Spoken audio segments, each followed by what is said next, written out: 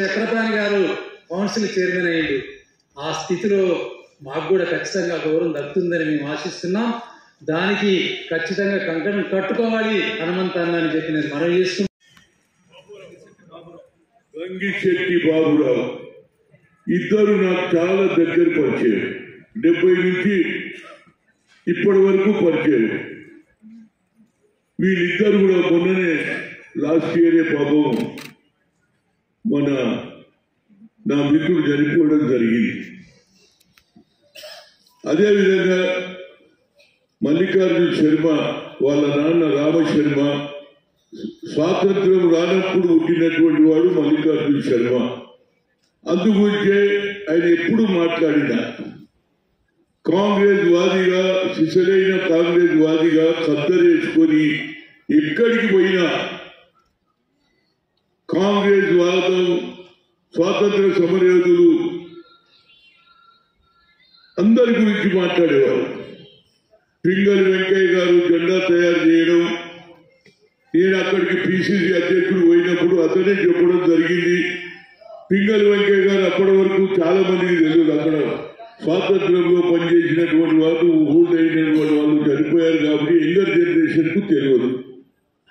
కానీ ఎప్పుడు కూడా ఎక్కడ ప్రోగ్రాం ఉన్నా ఢిల్లీలో ఉండని, అది గుజరాత్ లో ఉండని, అస్సాంలో ఉండని, కర్ణాటకలో ఉండని ఏఐసిసి సెషన్ కు తప్పనిసరిగా పోయేవాడు.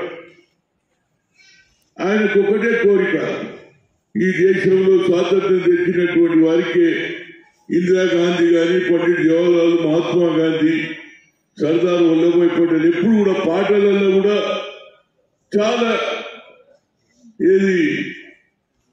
బాధతోటి వాళ్ళు స్వాతంత్రం తెచ్చింది, ఈ స్వాతంత్రం ఎక్కడ పోతుందని బాధపడేవారు. ఆయన జీవితంలో ఒక ఆశ ఉండే శాసనసభ్యుడు. ఒక్క నిమిషం.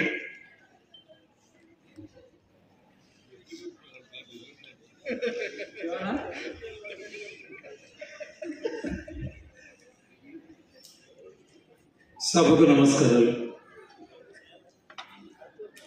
రాజకీయ ఉద్దండ పండితులు, కాంగ్రెస్ పార్టీ పంచప్రాణమైనటువంటి హనుమన్న కేవీపీ గారికి ఈ వేదిక మీద నా పక్కన కూర్చున్నందుకు, ఆ పక్కన కూర్చున్న భాగ్యం వారి ఆత్మ నా మీద అల్లాడుతూ ఉంది కాబట్టి శర్మ గారు కూర్చోబెట్టారు. ఒక సాక్ష్యం ఇవ్వదలుచుకున్నాను. ఇట్లాంటి శర్మలు ఇంకా పుట్టరు. 50 సంవత్సరాల ముందు పుట్టారు, 50 సంవత్సరాల తర్వాత కూడా పుట్టారు. వారితో నాది హృదయ మిత్రుత్వం. ఆ 2 పదవుల్లో విమోచన, రవీంద్రబాద్ సెక్రటరీలో ఒకటి నాకు వచ్చి 4 రోజులు లేట్. శ్రీధర్ ఇక్కడ ఉన్నాడు. అప్పుడు మంత్రిగా ఉన్నటువంటి లక్ష్మీదేవమ్మ గారు, వైఎస్ఆర్ గారు చెప్పితే నాకు టైంలా చెప్పలేదు కాబట్టి విమోచనకు వారు అధ్యక్షులైనారు. కానీ నేను గర్విస్తున్న ఏంటంటే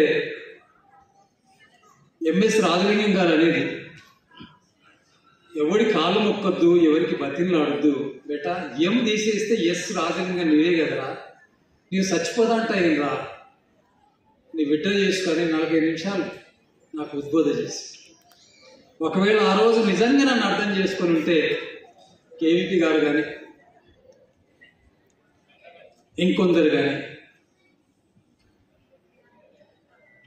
కాంగ్రెస్ పార్టీకి సంక్షేమ పథకాలు 7కి ప్రారంభోత్సవాలు రాసింది నేను, ప్రచార కమిటీల సభ్యుడిగా ఉన్నది నేను, వందలాది సభలలో జాతీయ భావాన్ని పునరుద్ధరించుకున్నటువంటి సౌజన్యమూర్తి, అక్షర అవధూత. ఒకసారి మల్లికార్జున శర్మ గారి చప్పటి ద్వారా అర్థించవలసిందిగా కోరుతున్నాను. ఎంతకాలం జీవించాలని అర్థం కాదు, ఎంత సమాజానికి హితం చేసామని నా జీవిత పరమార్థం. 60 సంవత్సరాల సుదీర్ఘ ప్రయాణంలో విద్యార్థి దశ నుంచి జాతీయ ఉద్యమానికి కేంద్రంగా, స్ఫూర్తిగా, శ్వాసగా కాంగ్రెస్ పార్టీని శ్వాసించినటువంటి సౌజన్యమూర్తి. ఉప్పులూరి వంశము స్వతంత్ర ఉద్యమంలో చాలా ధనాన్ని, కాలాన్ని కూడగొట్టి జాతీయ ఉద్యమానికి నేపథ్యంగా ఉంది. అలాంటి ఒక వెలుగు ఉన్నటువంటి కుటుంబంలో జన్మించినటువంటి ఆ మహానుభావుని స్మరించేటువంటి జయంతి కార్యక్రమంలో చాలామంది అగ్రనేతలు ఈ కార్యక్రమం సంతోషంగా భావిస్తూ చిరంజీవి శ్రీనివాస్ను అభినందించాలి. నిజమైన వారసుడు ఎవరు అంటే ఇప్పుడే మా మిత్రుడు చెప్పినట్టు సంపదకు వారసత్వం కాదు, సంస్కృతికి, సారూప్యానికి, స్వతంత్ర భావానికి వారసత్వం వహించినటువంటి శ్రీనివాస్ అభినందిస్తూ మొత్తం ముక్కులూరి వంశం అంతా కూడా ప్రతిష్టాత్మకమైనటువంటి రవీంద్ర భారతి వేదికలో సంతోషాన్ని భావిస్తూ పైలోకాల్లో ఉన్నటువంటి ఆ మహానుభావుడికి మంచి స్థానాన్ని వసతిగా భగవంతుడు ప్రార్థిస్తూ ఆశీర్వదిస్తూ సెలవు. రుద్రరాజు గారు ఇంతకుముందే వచ్చిపోయినా నన్ను ఎన్నిసార్లు ఆస్థానకు అన్నాడు, కానీ ఆ భాగ్యం అనువులకు మాత్రమే దక్కింది. ఇప్పుడు దయానంద చెప్పినట్టు చిరంజీవి తమ్ముడు ఎన్నో చేశారు, వారికి ఒక పదవి దక్కేది. కానీ నా తర్వాత వచ్చిన 5 పైసలకు పనికిరానటువంటి వాళ్ళు అందరం ఎక్కినటువంటి పరిస్థితుల్లో కూడా ఏనాడు బాధపడి ఏనాడు కూడా గర్జించలేదు. సింహగర్జన చేయాలంటే ఆ గళగర్జన, గళ విన్యాసం, పద విన్యాసం చేయాలంటే నీవు పెద్ద మొగోడి అని చెప్పి, మొనగాడి అని చెప్పి శర్మ గారు నన్ను బాగా ఎంకరేజ్ చేసేది. నేను ఈ రవీంద్ర భారతిలోనే నాటకకర్తగా సర్పంచ్ పాత్రలో అరంగేట్రం చేసినవాడిని. 50 సంవత్సరాల కాంగ్రెస్ పార్టీలో 48 సంవత్సరాలు నేను కాంగ్రెస్ పార్టీకి అంకితమై పనిచేస్తున్నట్లు.